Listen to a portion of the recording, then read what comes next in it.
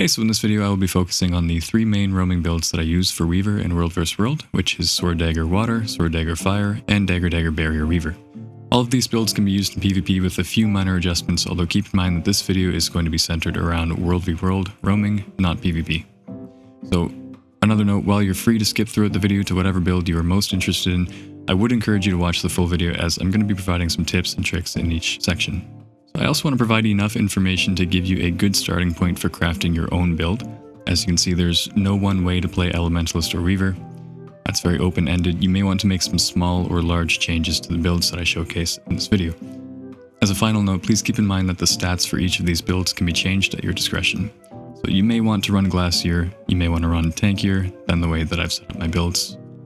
I've set up my builds for my own playstyle. You're going to have your own different playstyle. You might have a similar playstyle even, but you're going to want to change your build slightly for how you like to play it. I'm going to include the stats and the builds that I typically use in the description, but I really can't say it enough. The most important factors are your traits, sigils, runes, and utilities. Stats are usually the last thing that you want to consider when you're creating a Weaver build. Not all the time, but for example, you can run glassy stats and you can run tanky traits, or you can run tanky traits and you can run glassy stats. You want your stats and your traits to make sense together, but you don't want to limit yourself with the belief that you need a certain stat threshold. It just comes down to what you want to do with your build. Like, maybe you don't have a lot of toughness, but you have a crap load of barrier. Okay, that's going to make up for it, right? So it's give and take. It's this for that, give up this, take that. It's not all about stats. I don't want you guys to think that you need certain stats. You don't. Okay, but in general, Celestial and Assassin pieces, that's pretty much all I use. For the most part, I have a full set of Celestial and a full set of Assassins and Berserker, and I just mix and match for whatever the build needs. I would highly recommend doing something like that. The Sword Dagger Weaver. For just a brief overview on the Sword Dagger Weaver, as with most sword builds, you're going to want to use Lava Skin whenever you can for some extra DPS and survivability. It's going to give you barrier and stability. And if you can fit the skill into your rotation about every 20 seconds or so, as well as attuning to water and using a blast finisher on your Riptide skill at least once, maybe twice during that rotation, because you do have multiple blast finishers, you'll keep your health bar up while having plenty of time to deal damage and put pressure on the opponent. That sounds too complicated already, don't worry, it's really nothing, it just takes a little bit of practice to get used to. One thing that people struggle with when they start any class in this game, any new build, or just anything, is they overestimate how difficult it is because it's difficult at first. So if you want to learn how to do it, you have to do it. You have to start. It's just going to take you some time. So there are three main ways to blast the water field created by using Water 2 Riptide. The most common way is to use Earth and Vortex, which is another evade. A less predictable and much more mobile way is to use the Polaric Leap finisher, which will also heal you, as it's a leap finisher. The third way is to use Flame Uprising. I would recommend using Flame Uprising in most scenarios because you can go on the offense right after doing your defensive heal combo, whatever.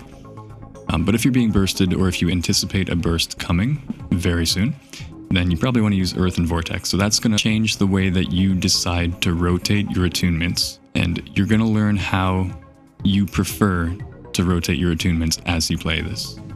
So if you're being ganked by several players and just barely manage to get a Riptide off, you probably want to use Polaric Leap on the player furthest away from you, and then just book it with Ride the Lightning and Lightning Flash. So you're going to have a bunch of situations where you're going to have different responses. And again, it's just going to take you some time to get those different responses into your muscle memory. The most common issue that I've run into with players learning Sword Weaver is that they forget to blast their water field, or their muscle memory hasn't got used to it yet. So for this reason, I'd recommend that before you go out roaming at all, just do a couple heal rotations to make sure that you have it locked down in your muscle memory. Make sure that you know how to blast those water fields. Another common issue while using Sword is not making use of the plethora of skills available to you, most notably Fire 3, Air 3, and Earth 3. Everybody forgets about Earth 3. Okay. Earth 3, yeah, it's generally a useless skill, but I never see anybody use it. It's actually not a bad skill. You precast it, and then you lightning flash into your opponent. Not only is that very unpredictable, but you can do some decent power and bleed damage. Air 3 is very powerful due to the high damage over time and the vulnerability application, and Fire 3 hits pretty hard. It hits almost as hard as Fire Grab, so don't forget to make use of that. Also note that you can also blast your Ring of Fire and Flame Uprising for might, although typically this is not worth doing this intentionally. Sometimes it might be, but most of the time you're going to end up doing this by accident. The use of Churning Earth and Lightning Flash together can create a powerful combo, although it can still be predicted if the opponent counts your cast time. If you're fighting another Elementalist, they're going to see this coming, don't bother. Well, okay, I shouldn't say don't bother, because you're still going to land it sometimes, but you can also use Flame Uprising, Earthquake, Pyrovortex, Quantum Strike, and Fire Grab in a Lightning Flash combo very effectively. Again, it's just something that makes it harder for the opponent to predict what you're going to do next. That's my preferred playstyle right there, is just I like to... I do my best to mindfuck the opponent. Okay, that's how I prefer to play. And that's what I'm going to recommend to you, because these are what... this is the playstyle that I have built my builds around. Shearing Edge is another underrated sword skill. This will chill the enemy, it's 600 range, and it does okay damage. If you combine this with Natural Frenzy afterward, you'll have a pretty decent ranged attack. If you're running Fresh Air, you can double attune to air and apply vulnerability, and add a ferocity boost as you hit them with either of these skills. I've seen Natural Frenzy surprise players many times, they just don't think it's going to hit very hard, but it certainly can. Updraft. Occasionally you might see someone with this, but generally speaking this is just an extra evade to avoid damage. Don't be afraid to waste this skill, don't be afraid to spam it, the same way that you would use Riptide or Earthen Vortex. Gale Strike is very effective because people generally don't expect it, they don't think that you're going to pull it off, they don't think you're going to hit. It's very... admittedly it's kind of hard to hit this skill. Sometimes it's the range is pretty low. But if you practice using it enough, you can really alter the course of a fight with it. Remember that you can use this skill with Lightning Flash as well. Twin Strike is another underrated skill. It applies burn and chill, and it'll do some reasonable damage. So don't underestimate this skill, it can be very useful, especially on Fireweaver. Frost Aura is going to provide a 10% incoming damage decrease and can be detonated for AoE healing and regeneration. Keep in mind that if you're running the Smothering Auras trait, then this is a cleanse for 3 conditions. Cleansing Wave will cleanse 2 conditions and provide a decent amount of AoE healing. So the first build that we're going to look at is the Water Air Weaver build. Even though it has some definite weaknesses, this build is a favorite of mine. It's typically reliable enough in terms of defensive capabilities, it's very mobile, the gameplay is very fast, it requires extremely quick and logical decision making, otherwise it's very punishing. If you, for example, make the wrong choice in attunement selection, yeah, you're done. So with this build, because we're not running the Arcane trait line, you have to rotate effectively. So we'll look at how to rotate effectively in most scenarios soon. There are a couple different ways that you can run this. I'm just going to go over 2 of my most frequently used options. The first variant of this build uses Woven Stride and a Glassy rune, like the Eagle rune. The idea is that having a 100% regeneration uptime through Woven Stride makes up for running a Glacier rune, and running a Glacier rune makes up for not running Elements of Rage. Keep in mind that because we're running Cleansing Water, every time you proc Woven Stride through Fresh Air, which provides super speed, you will cleanse a condition. So this variant is typically the most reliable as it has good passive regeneration, great condition cleanse, and high damage output. Keep in mind that you can also run the bottom trait for Barrier. The second way that you can run this build is with Elements of Rage and a tanky rune, like Dolyak rune. Although you don't have to go for the tanky rune, that's just how I prefer to do it. So we'll take Elements of Rage for the extra crit chance and a 10% damage boost after fully attuning to an element.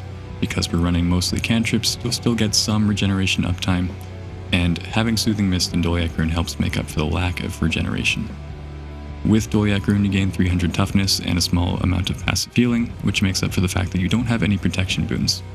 But keep in mind that you can always run Armor of Earth instead of Lightning Hammer if you want to. So, with this build, what we're really capitalizing on here, with both of these build variants, is the reduced cooldown on cantrips. Your Vigor and Evade uptime will be pretty good, and having low cooldowns on the Elementalist in general just feels great. It feels good to play a build where you have consistent access to your utilities.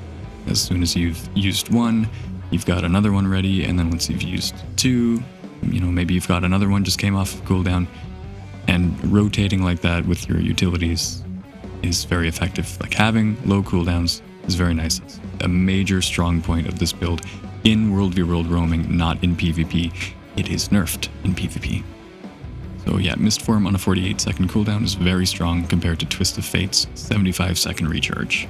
With either build, you can make use of Ether Renewal to cleanse many conditions at once, and if you're fighting a power build, you can waste this skill for regeneration and vigor boons while keeping your health as high as possible. So like if you've just been damaged for, 20% of your health and you're predicting that they're about to hit you again, just pop the skill, just use that skill. It's going to take you about a second or two, and I forget, to cast that skill. So just go ahead and use it, waste it. Don't be afraid to spam that skill a little bit, especially versus a power opponent. The Lightning Hammer is easily my favorite Elementalist utility.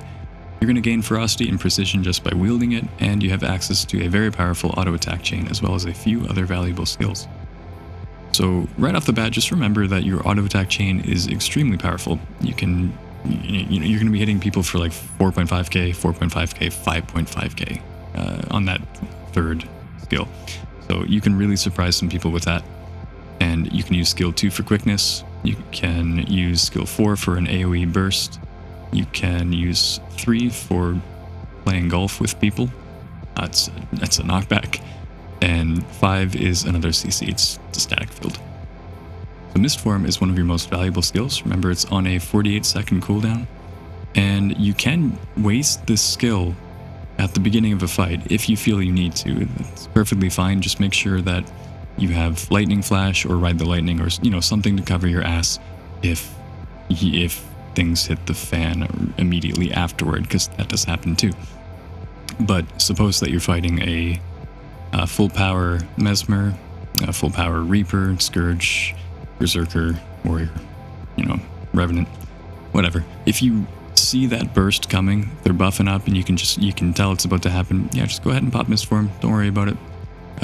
You're generally fine, but just make sure you have, again, like Lightning Flash, Ride the Lightning, make sure you got some evades. Don't waste that skill if you barely have anything left. If you barely have anything left and you're using Mistform, yeah, you need to get out of there. You need to run. And then people call me, people criticize my build for being a runaway build. I'm sorry, I just don't like dying. No, you win. It's not me. Like, I'm not. Like, if I'm running away, I'm conceding, but I don't like dying. I don't know. Some people, they like dying. I don't like dying. Tornado, feel free to spam the skill. It's only on a 48-second cooldown, and you can CC people while doing a moderate amount of damage. Keep in mind that you'll also gain vigor and regeneration, so it's very spammable. Low cooldown, you get boons, you can CC, you get stability. It's good. The skill also is particularly fun to troll Zergs and people with. If you mount up, you run up to the Zerg, dismount, use your Tornado, and you use Lightning Flash and Ride the Lightning to get away. It feels pretty good. It's pretty fun. Okay, next up we have the Fire Weaver. There are just too many ways to run a Fire Weaver. So once again, I'm going to be leaving it up to you to decide what you prefer to run. I'm going to be a little bit more general about what build you should run for Fire Weaver, since there isn't really a correct build and every variant will have its strengths and weaknesses. It just kind of comes down to what you value most in your build. So here are the most common ways that I like to run my own Fire Weaver. The Classic Fire Weaver, the Arcane Fire Weaver, which can be run with Rune of Fireworks, Pack, Antitoxin, Balthasar, or Flame Legion, and a mix of Celestial and Glassy stat pieces like Berserker, Assassins, or Grieving. This type of build is what got me playing Weaver in the first place. It's easy to play, it's relatively forgiving, and it has a large Condi burst with some decent power damage. Keep in mind that this build versus a highly competent player is probably not going to do the best, but it's still good. It's a good build. It's certainly a very good build if you're starting out on Weaver. It's very forgiving and does pretty good damage. The next build is the Air Fire Weaver build, which works pretty well with Full Celly actually. So if you have a set of Full Celly and you're looking for a way to make your build a little bit more glassier, you're not so tanky, first off I'd recommend a rune that provides precision, but you can get creative with it. Generally, if you're running full celly and you're running air, fire, weaver, you're probably going to do enough damage, assuming that you selected DPS traits, or at least some. I like to run this build with Eagle runes personally. Divinity runes are also good, and Flame Legion runes are also good. This type of build is a bit unconventional. It's pretty hard to play without dying often, but in the right situation, it's really fun to use in World v World. The Fire Water Weaver with Antitoxin rune. I reserve this build only for the most annoying full Condi builds, like Condi Mesmer, Condi Thief, Condi Revenant, and sometimes even a Condi Weaver. I figured that if Condi builds don't need to pay any attention to the game in order to deal so much damage, I shouldn't need to pay any attention to the game to negate all of their damage. So I made a build where nearly every trait cleanses. It's very fun, it's very satisfying to just, nope, you can't damage me with your stupid Condi build, sorry. So if I'm running Fire Weaver, most of the time I generally run Air Fire Weaver because I find it the most fun. But again, it's a pretty unconventional build. I'm not going to recommend it, but that's what I prefer to play often. Generally speaking with Fire Weaver, you can't go wrong with Rune of the Pack, Rune of Fireworks, or Antitoxin runes. You run those runes with, I don't know, any Fire Weaver build, you're going to have a decent time. And now, time for the Earth Weaver. Nope, I'm not doing a tutorial for Earth Weaver. If you play Earth Weaver, you are annoying and you should feel annoying. I'm just kidding. I don't mind if you play Earth Weaver, but it would be a lot cooler if you didn't play Earth Weaver. The Barrier Dagger Weaver build, this is my favorite one. So the main thing about Dagger Weaver is that you want to make use of your 4 weapon evades that you have, in addition to your dodges and your utilities. So we're going to go through your evades soon enough, but that's Fire 3, Earth 3, Water and Earth dual attack, and Fire and Water dual attack. But just as a brief overview on how to play Dagger, it's very similar to Sword Dagger, just in the sense that you're going to spend some time on defense, and you're going to spend some time on offense, and it's up to you to learn when the best times to switch back and forth are. Dragon's Claw, pretty good. It's going to hit for about 1000 damage if you crit all 3. It's good for baiting the opponent to move closer to you. Vapor Blade, it's the same idea as Dragon's Claw, except it's 600 range and it applies vulnerability. Lightning Whip is one that you'll be using a lot since it hits pretty hard and it works very well with the Fresh Air trait. And as for Impale, just don't bother. Drake's Breath is very good. You're going to want to use this pretty often. It's on a 6-second cooldown, it does decent power damage and very good Condi damage. You're also going to want to use Convergence equally often, as it's going to add some extra damage to your burst, as well as apply Fury and Weakness. Cone of Cold actually does a surprising amount of damage considering that it's a heal skill. If you have enough time to use this, it can be pretty nice. Ring of Earth blocks missiles, so this is a very good skill to use against ranged opponents. It's also a nice skill to use before attuning to Fresh Air, just for some extra damage. Burning Speed is a very high damage skill. Don't worry about the burn damage being low, you're mostly going to use this to evade or hit a big fat 6k crit. Just be aware that you will move wherever you are looking at, not where your target is. Earth and Rush is an Immobilize, Evade, and a Leap finisher. Steam Surge is an Evade, Heal, Water Field, and it does reasonable damage. Mudslide is an Evade and a Knockdown. Shocking Aura is a skill that you're going to be using pretty often. This is very useful versus Thieves and other less predictable builds. The best way to use it is allowing the opponent to hit you first to be stunned, and then detonating the aura to stun them a second time. The detonation, mind you, can hit 5 targets. It's a 5-target stun. You're going to want to use Grinding Stones whenever it's off cooldown, as it's going to protect you from 25% of your incoming damage. It will provide stability, and it cleaves damage to anything nearby. Ashen Blast is a good spam skill. It's good to waste. It's blind, it does reasonable damage. Katabatic Wind, I hope I'm saying that right, is pretty underrated. This is actually a very good skill. It's easy to attune to water from air. Use this skill, proc Fresh Air, go back into your air rotation. So this is a Daze, Chill, Blast finisher, and it applies regeneration. It's underrated. And last but certainly not least is Plasma Burst. This is a great skill to use immediately after landing a Burning Speed burst, because you can do over 12k damage very quickly if you land both skills. Plasma Burst has a surprisingly big radius, so you can sometimes hit players with it even if you weren't facing the right direction, which makes it a great skill to kill Thieves and Mesmers with. It will also do about 1000 burn damage if uncleansed, which is nice. It's just a great skill in general, and one of the reasons why Dagger Weaver can be so bursty. If you're interested in using a Scepter, you can use the previous Sword Water Air Weaver build and swap Sword for Scepter. You may want to make some additional build changes, but I personally don't. This build works pretty well with Scepter as it is, except it's more so for group play. And what I typically do is I have a Scepter dagger as a second weapon set, and I just put a Bloodlust sigil on one of the weapons. Fresh Scepter gameplay hasn't changed much since before, so here's a brief overview on the gameplay. You probably want to begin by casting Rock Barrier and try to keep this up whenever it's off cooldown. Dragon's Tooth is a very good skill to use in a CC combo. For instance, if you can get an Updraft or a Earth and Synergy off, followed immediately by Dragon's Tooth, you might actually hit someone with it. But generally speaking, it's better used as a suppressing fire skill, or to just spam it if you're casting into a crowd of opponents. I typically cast it on myself to discourage opponents from getting into melee range. Phoenix is another high damage skill in the fire attunement. It's also a blast finisher and a source of vigor and burn damage. You'll want to use Lightning Strike whenever it's off cooldown, and Plasma Beam should be casted in fire-air, followed immediately by double attuning to air to apply vulnerability and damage modifiers. Keep in mind that a well-timed Blinding Flash can also be effective at avoiding damage. And don't forget that the Water Auto Attack and Skill 2 are both reasonably good sources of damage, and other honorable mentions are Glacial Drift, Stone Tide, and Fracturing Strike. If you can find some time to fit them into your rotation, they are worth using. Don't forget Earth and Synergy, it's a powerful ranged CC. And remember that Fiery Frost and Updraft are the only two additional evades that you have with this build.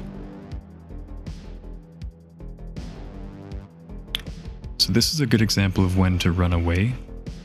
I got this guy down, and I missed an opportunity to Mistform Stomp him. So right about now I realize I'm kind of screwed. I'm gonna Riptide, and then Polaric Leap to the furthest away opponent, and then use Ride the Lightning to get away.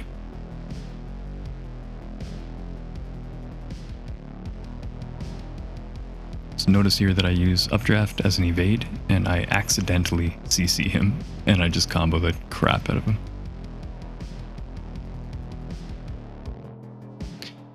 This guy here almost got me down, but I realized I had a really good opportunity to use Lightning Hammer, and yeah, he's down. And this Mesmer here. This is an interesting fight just because of how close it was and how much luck was involved in this. I'll try to CC him here. I'm invulning because I know he's trying to burst. Gonna pop my heal signet. Could have used my elite skill here, but I didn't. Evade. And just by sheer luck, Eruption kills him. So right here I use both of the ranged dual attacks, and as you can see, it's pretty effective. So right here I'm retargeting my Ride the Lightning. You can enable that in the settings. And I'm going to go for a Flame Uprising because he's very close. I missed my dual attack. I'm going to Riptide because I'm pretty low and it's good evade. I don't want to get hit by his full counter. I can drop my Lightning Hammer. He notices that immediately and he's running away. He's blocking.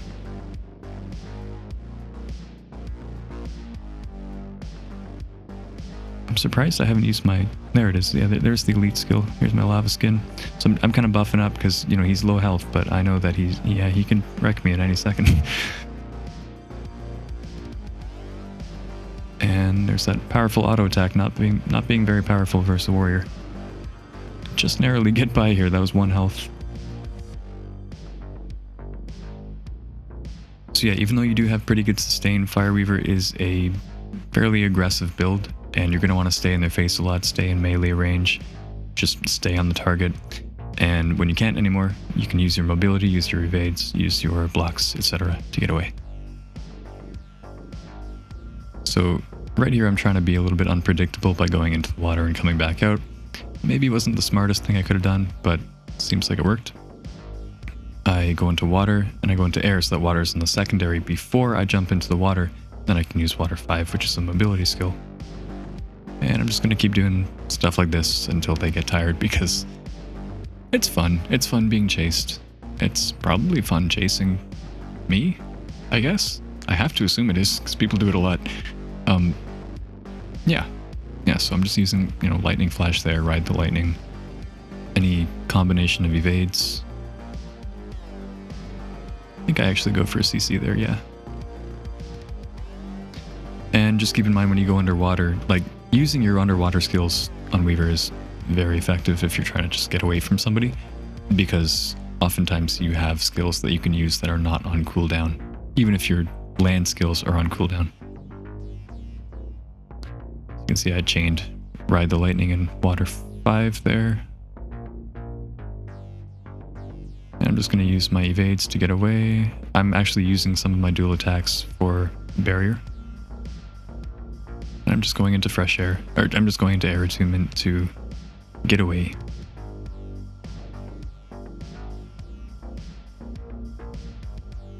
I'm gonna CC and evade into them.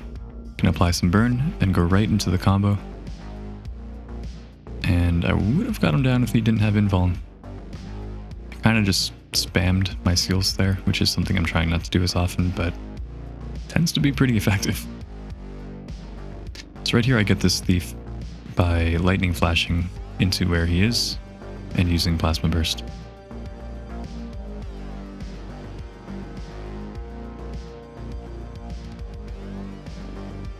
I'm gonna do the same thing here, except it's gonna be much closer. So just remember that you can use lightning flash to get your skills off, even if he's just a little bit further away.